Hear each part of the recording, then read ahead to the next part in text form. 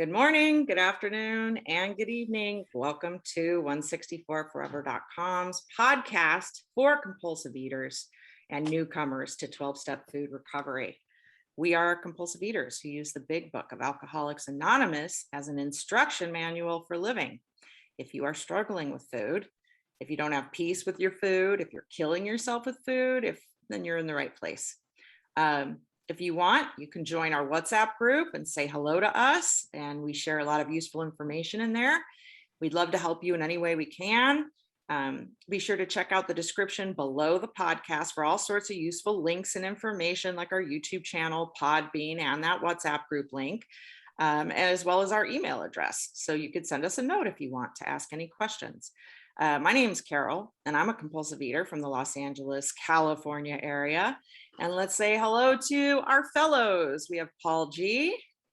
Hey, Paul G., recovered compulsive overeater in Huntington Beach, California. And Rebecca A.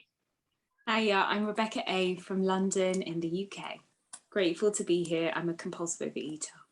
And we're glad you're back. You weren't feeling well last time we recorded. Yeah. So we're so happy to have Rebecca back.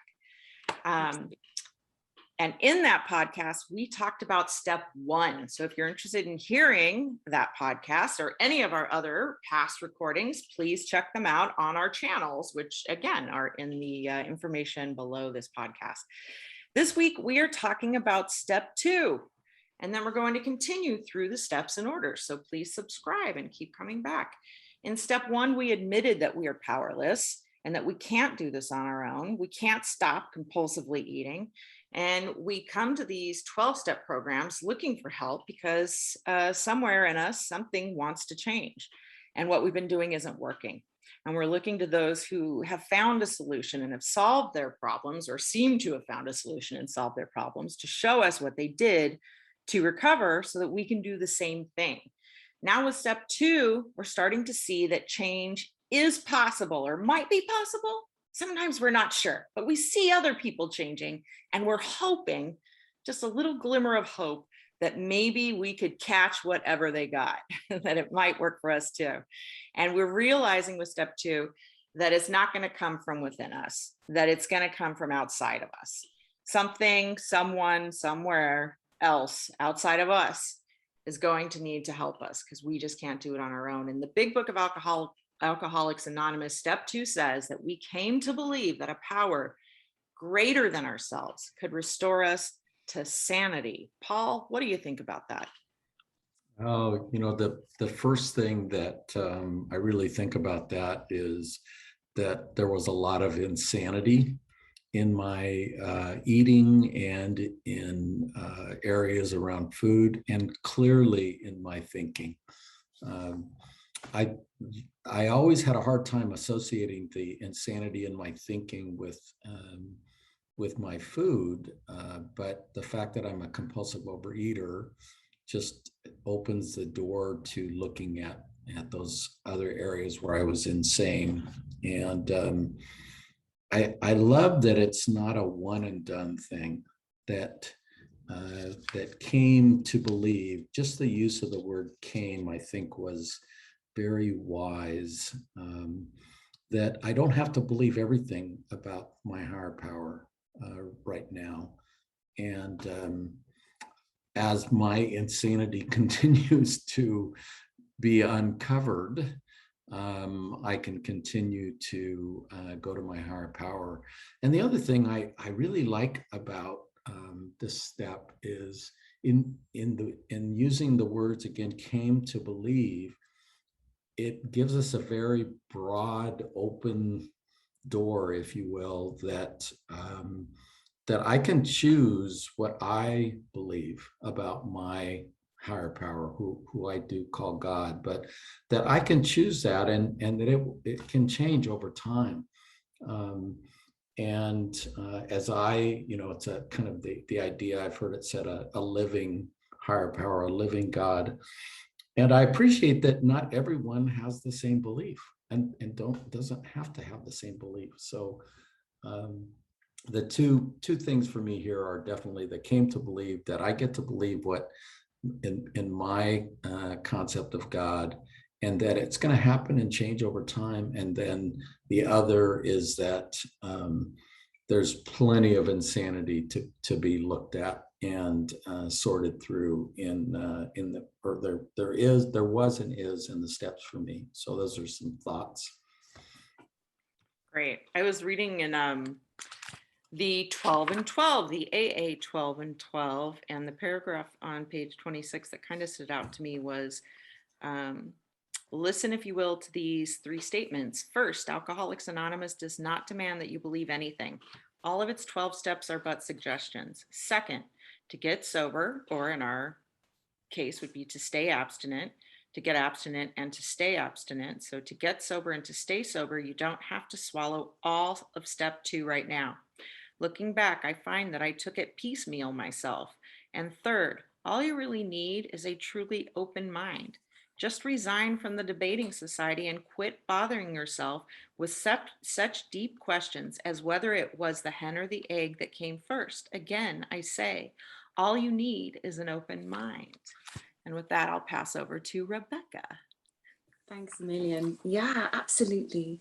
You know, resigning from the debating society. And that's why it's so important in this step that it says came to believe. It's not, in step 2, we figured out all of the questions and mysteries of the universe. You know, this is a kind of beginning of an adventurous process, I guess. And maybe I'll never fully know, and that's okay. Chicken, egg, I'm still not sure, but I'm willing, and I'm being prompted to being more and more open-minded.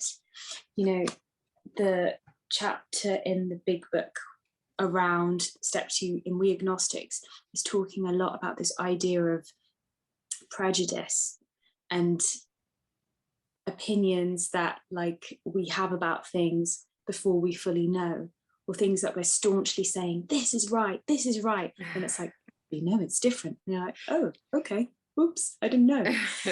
You know, and yeah, I can be very prejudiced in my views. I believe this, not that. I can be very rigid in my thoughts. Yeah, this is the right way and that's the wrong way.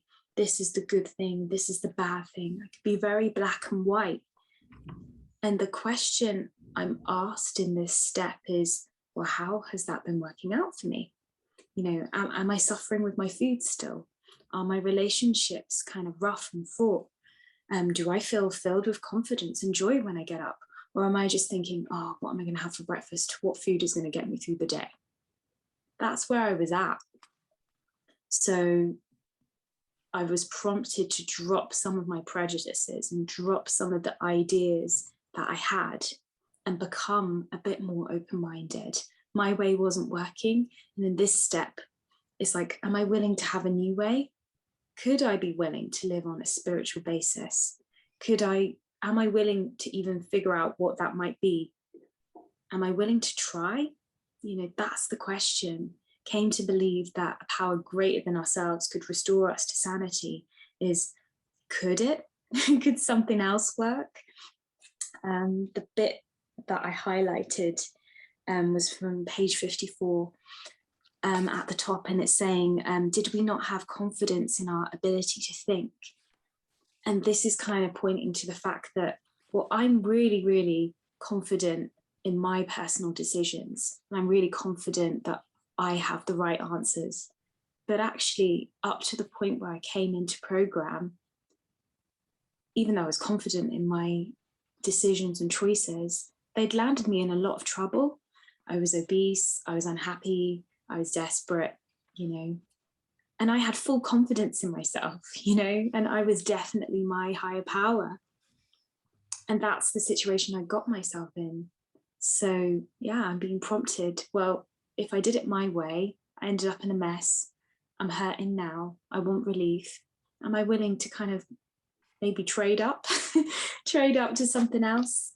And yeah, that's what we're being asked to do in step 2, you know, start to kind of build something new. My sponsor asked me to reflect on what I might want a higher power to be and to do for me in step 2. And that was good. That was a good place to start, because like they were things that I couldn't do for myself. And then realizing that I had my own limits, it's like, okay, well, maybe I need something else. And yeah, I wasn't so arrogant to think that I was the greatest thing on earth. I kind of had an idea that, you know, there's things greater and bigger and stronger than me. So yeah, this was about starting to put that idea into action. Right. Yeah, step 2 is, and I love that we're focusing on came to believe, because, you know, it took me 50 years to come to believe that food was something I couldn't control. So it makes sense that you're not going to instantly just come to believe that there's a God who's going to help you with your food. It might take months, weeks, years, but to just kind of trust, you know, trust that that might be happening. On page 28, and I don't mean to keep reading out of books, but I love books so much. Of the 12 and 12, it says, sometimes AA comes harder to those who have lost or rejected faith than to those who never had any faith at all, for they think they have tried faith and found it wanting. They have tried the way of faith and the way of no faith, and since both ways have proved bitterly disappointing, they have concluded there is no place whatever for them to go. The roadblocks of indifference, fancied self-sufficiency, prejudice, and defiance often prove more solid and formidable for these people than any erected by the unconvinced agnostic or even the militant atheist. Religion says the existence of God can be proved. The agnostic says it can't be proved, and the atheist claims proof of the non-existence of God. Obviously, the dilemma of the wanderer from faith is that of profound confusion. He thinks himself lost to the comfort of any conviction at all. He cannot attain it, even in small degrees, the assurance of the believer, the agnostic, or the atheist. He is the bewildered one. And I know that a lot of people that I meet in program, and myself included, come from like a big religious background. And they're like, well, I taught Sunday school. I did all this stuff and it like failed me. Like, why would God help me with this now? And step 2 asks us to just, you know, put down the food and test God. Like, you don't have to, just be open to it and ask God or higher power, whatever word. If God triggers you, I am sorry. It's just a word that I'm comfortable with. And people use lots. I've had sponsees. I asked one girl, who's your higher power? And she's like, tarot cards. And I was like, great, it works. That works for me. Pull a card. Let's see what it says. Like, just something outside of yourself. But I do find that the more I seek God, the more I find God. The more I turn to God, the more I find, spiritual solutions to things. And the more I seek those answers in the world of the spirit, the more they come to me through the world of the spirit. But it is like a muscle, I think, for me. It's not something that comes supernaturally. It's something I have to consciously think about every day and put some effort into, some prayer and some meditation. And a lot of times I just have to trust that it's happening. And I'm also reading the steps we took, Joe and Charlie Beckett, John McHugh book. And step 1 is the willingness to change. And step 2 is that you believe you can change. And then when we get to step 3, it'll be a decision. And so that's all you're really being asked to think right now is are you looking around these rooms and the 12 steps and the big book and this recovery solution and thinking, well, maybe it could help me too. And that's all you're really being asked. And I did, when I came in, I saw there was a lot of people who I did not want what they had in the rooms. I would look around the rooms and be like, no, thank you. But then there were always a few people who had something that I wanted, right? There's always someone you can find in the rooms that has what you want. And those are the people that I reached out to, I called, and I just stuck near, just find it. And not everyone or everything is for everyone, you just find those people that speak to you. There are great atheist agnostics in our programs, some of my favorite people. And if you join our WhatsApp group, I will give you their phone numbers if you want to talk to them. We were trying to get one of them to show up to talk today, but apparently they were all busy. So all the atheists were just booked up today. Very busy day for the atheists. But but if we're not giving you something that speaks to you in our limited capacity here, because we're 3 God people talking to you, 3 people who use the G word. And I understand that's it could be a high holy day for atheists. It could. Yeah, clearly their higher powers called them to do other things today, but they are there and they would like to talk to you. And I will happily, if you join our WhatsApp group or send an email, I can give you some phone numbers of people, because I understand this is like, someone might be listening to this going, well, F these God people. I don't need to hear this. This is not what I signed up for. And I get it. I mean, I get it. I have parts of me that react to people who staunchly refuse to say the G word or get offended by the G word. And then I also react to people that are super, like, you can tell what religion they are by their shares. You know what I mean? That also, I get offended in both categories. They're both kind of bug me to a degree, because I just don't know a lot of times. Sometimes I wake up agnostic and I need some proof every day that there's something there that's going to help me. And it's something I have to work at every day. It's not something I just wake up with like, oh, I'm so open-minded today. God, show me where to go. Like, I have to remind myself it's, like getting the brakes on a car. Like, you got to sometimes really stand on them when you've got some forward movement and to get it to go in the direction you want. But it really is about, to me, just being open. I just know that what I was doing wasn't working. And I know that what I'm doing now works a lot better. And if there's more out there for me to see and learn and grow from, I hope the universe sends it my way, no matter how difficult or painful the lessons are. Usually the things I react the most strongly to, where I go, oh, no way. Like, often those things end up coming back to me in a way that I go, yeah, why I hated it, because I needed it. I needed it so badly. You know what I mean? Yeah. Absolutely. Go ahead, Rebecca, please. For me, it's definitely been a journey, and the journey was through the steps. And I think CJ mentioned already, or Rebecca, that testing my higher power, that was really helpful to me. If I walk towards my higher power, if I walk towards God, God will run towards me. And I looked at it, it was an experiment, kind of like what we talked about with two-way prayer. It's just an experiment. What do I have to lose? And the God that I had, the concept of God that I had, was a judging God.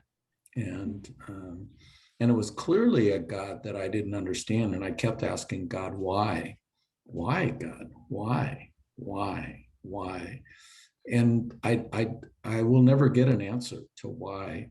And I heard someone share one time, a God of my not understanding.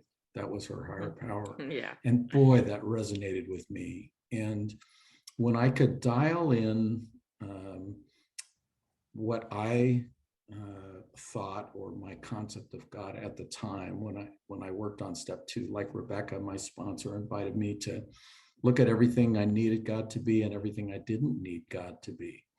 And then he said, okay, that's your concept. And I was shocked.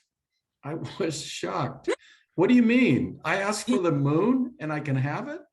I mean, and I wasn't saying to, give me a pot of gold or anything, but that was, it was really refreshing to me. And I did, when I came, I was really pissed at God, but yet I knew I needed God. And it's really a crazy place to be in, to really, be angry at God, but wanting to be connected. And that's what I got. That's what I got connected with God. And, when I talk with people I work with, it is a practice. And, there are days that I wake up and I think, I'm crazy. I'm just crazy this morning. What do I do? And I do what, the precise instructions in the big book invite me to do, suggest that we do. And then it all seems to work out. So I really like the reading that you read on page 28, Carol. I also read that, and it just really connected with me. I was confused. I thought God was, I was becoming more agnostic and atheist every day.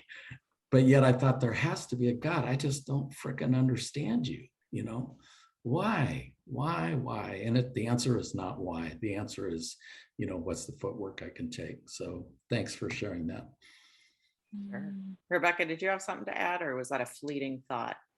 Yeah, like I was just gonna say, like, yeah, I agree with you both. Like I think, Carol, you were saying about, yeah, that whole idea of kind of testing and looking, always just looking to try and see, okay, well, I'm going to search for coincidences. I'm going to search for the good things. I'm going to search for, peaceful moments. And like on page 55 in the big book, it says, sometimes we had to search fearlessly, but he was there, he being our higher power that we understand. He was very much a fact as we were. We found the great reality in capital G and capital R deep down within us. In the last analysis, it was only there that he may be found. It was so with us. So, when we look for these things, and sometimes you wake up and I've got a head full of frogs, like higher powers nowhere, and you have to kind of really search. That quiet time in the morning, it's a real struggle. But we came to believe we're human. This is a journey. Step work is never done. So sometimes I'm doing my kind of more irritable searching. Sometimes I'm doing more search for my higher power. Sometimes I'm doing my rush or kind of stressed out. But we search. Sometimes it's hard, but we just keep searching. We're like, smugglers or like travelers or something. We're just always like, and the more we look, the kind of easier we see those things. It's like, like a muscle. But I guess, like, I don't know, maybe I had a bit more of a spoiled idea of what a kind of spiritual relationship should be. I thought it should be like, and then I'm always spiritual and I get everything I want all the time. But it's kind of not like that. Even in recovery, it's not like that. It's you work at it like any relationship. Yeah, I think I always wanted God to be like ecstasy at a rave party. Like I just wanted to feel like warm and gooey, and that's just not what it is. And there was something that really hit me on page 53 in We Agnostics, which I highly recommend you read if you haven't read this chapter. But at the bottom of 53, it says, without knowing it, had we not been brought to where we stood by a certain kind of faith? For did we not believe in our own reasoning? Did we not have confidence in our ability to think? What was that but a sort of faith? And isn't it funny how I was so willing for so long to believe so thoroughly that I would be able to suddenly think or change my thinking to eat healthy, lose weight, and just change my whole life around. I had faith that this would work every day, even though it failed me every day. And yet it was so hard for me to open up and try to have faith in something other than something that was failing me. And I had written at the top of page 54 in huge letters, the God of think. I had this great belief that somehow I would think my way out of this situation, right? We watch the A-Team and MacGyver, and they always think their way out of everything. So I think I thought I was going to somehow rig a washing machine with a bazooka and somehow blast my way out of the food problem, like MacGyver or something like that. And it just wasn't happening. And I realized, listening to all these different lectures and podcasts that are out there, I was like, oh my God, I did have a church. It was a refrigerator, and I did have a God, and it was food. And when I had no doubt that when I bought a pint of ice cream and took it home and ate it all, that I was going to feel great while I was eating that ice cream. Complete faith. I knew I'd feel great. And now I have a different kind of faith that, and it may not be like ecstasy at a rave party, but it feels a lot better, and it's a lot more consistent, and it's even. And it doesn't have so many like huge highs and lows and all that kind of stuff, but I don't need those. Like, I just want to feel good and be healthy and not hurt other people, myself or anyone else around me. So does anyone have anything else to add to step 2 before we close it out? You guys good? Yeah, I right. think I just leave it with came to believe. And, you know, it's an easy entry. And my experience shows me that it has changed and broadened since then. So That's beautiful. I agree. All right. So if you think, well, first, let's thank Rebecca and Paul. I'll thank you since I'm the only other one here. thank you, Carol. Thank you, Rebecca and Paul, for being here in my dining room with me. If you think you are a true compulsive overeater and food is ruining your life, there is help, hope, and recovery out there to be had by you and anyone else who is willing to do a few simple things. You can find Overeaters Anonymous meetings pretty much everywhere, every hour of the day in most languages. You just go to oa.org and you type in your time zone and that you're looking for a virtual meeting and what language and what are your preferences, and it will whip out a list of meetings happening in the next 24 hours. So go and check it out. I highly recommend it. Start the journey. Don't wait for the willingness. Just do it anyway. You deserve to do it. I know that when I was waiting for the willingness, it didn't come. And that things started to change when I just took action, even when I wasn't willing to. So I'm always encouraging people, take action anyway. Don't wait for the willingness. Call someone and let them know that you need help and ask where to start. And you can start in our WhatsApp group or emailing us or however you like, or in one of these meetings we hope to see you at. So I'm Carol and I'm here with Rebecca and Paul, and we will be back in the next week or two with another podcast on step 3 when we have time and can all get together. And we just hope you have a great day, and thanks for tuning in.